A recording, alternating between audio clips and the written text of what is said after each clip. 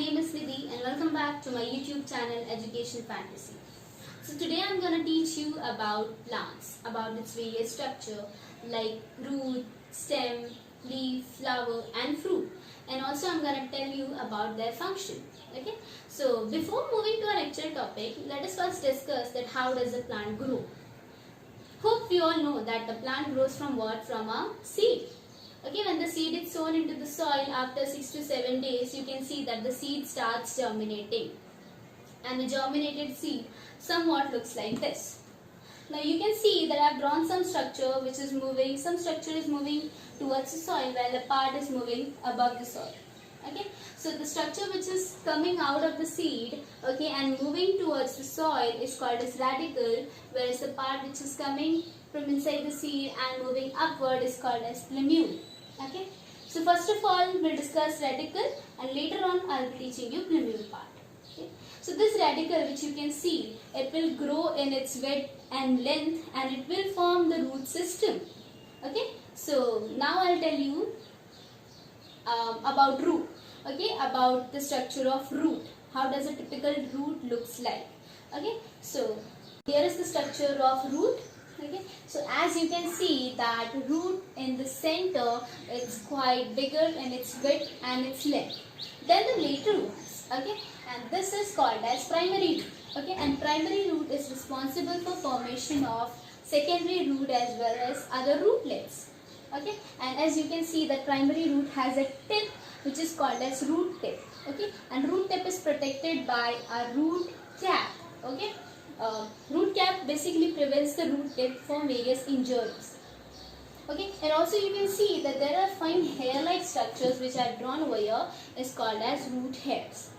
Okay, so this is all about the typical structure of root. Now I will tell you about its function. So basically the function of root is absorption of nutrients and minerals from the soil and water and supplying it to the plant.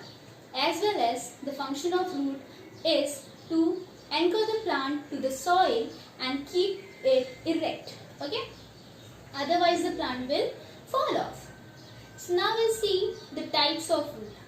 Basically there are two main types of root. One is taproot and second one is fibrous root. The diagram which I have shown you while explaining the root structure was actually a taproot, and taproots are mostly seen in dicotyledonous plants. Dicotyledonous plants are those plants whose seed can be easily get separated.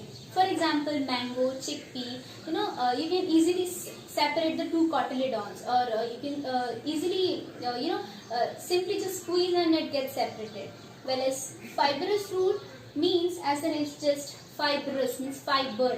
Okay, the roots which are fiber-like, okay, are called as fibrous root, and they are quite thin than the taproot.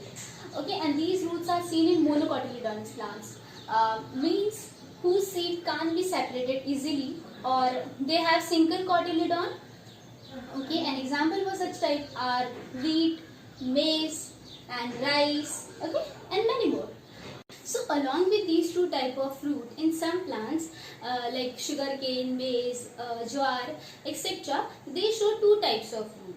Okay, some part of the root is underground, that is inside the soil, whereas some part of the root grow from the stem just above the soil, and the later ones are called as adventitious root. And the function of adventitious root is similar to the other roots, like absorbing nutrients and minerals from the soil as well as anchoring the plant to its position. In extra, these roots provide an extra support to the weaker stem, because sugarcane, maize, they have thin stem as compared to others. So therefore they need an extra support to stand, and which these roots provide. Now apart from these, there are some modified roots also which are mentioned in your textbook, and these are aerial roots. Okay, aerial roots are similar to adventitious root. And they are found in banyan tree. Banyan tree also shows prop root. Okay, prop root emerge out of the trunk or branches of the tree, and they touch the soil. Okay, and the function is same.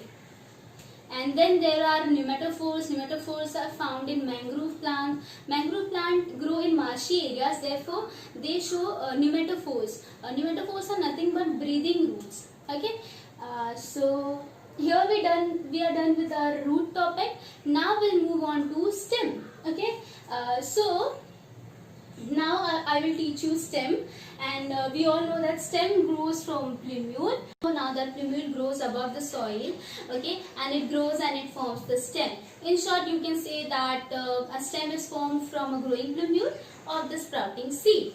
And as the sprouting seed grows, the length of the stem also increases.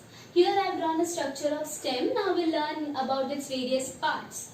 Now on the stem you can see nodes are present. Nodes are nothing but these are small points, okay, darker points from where the leaves arises. And the space between the two nodes on the stem is called as internode. And on the stem are also present birds. Here you can see is a bird.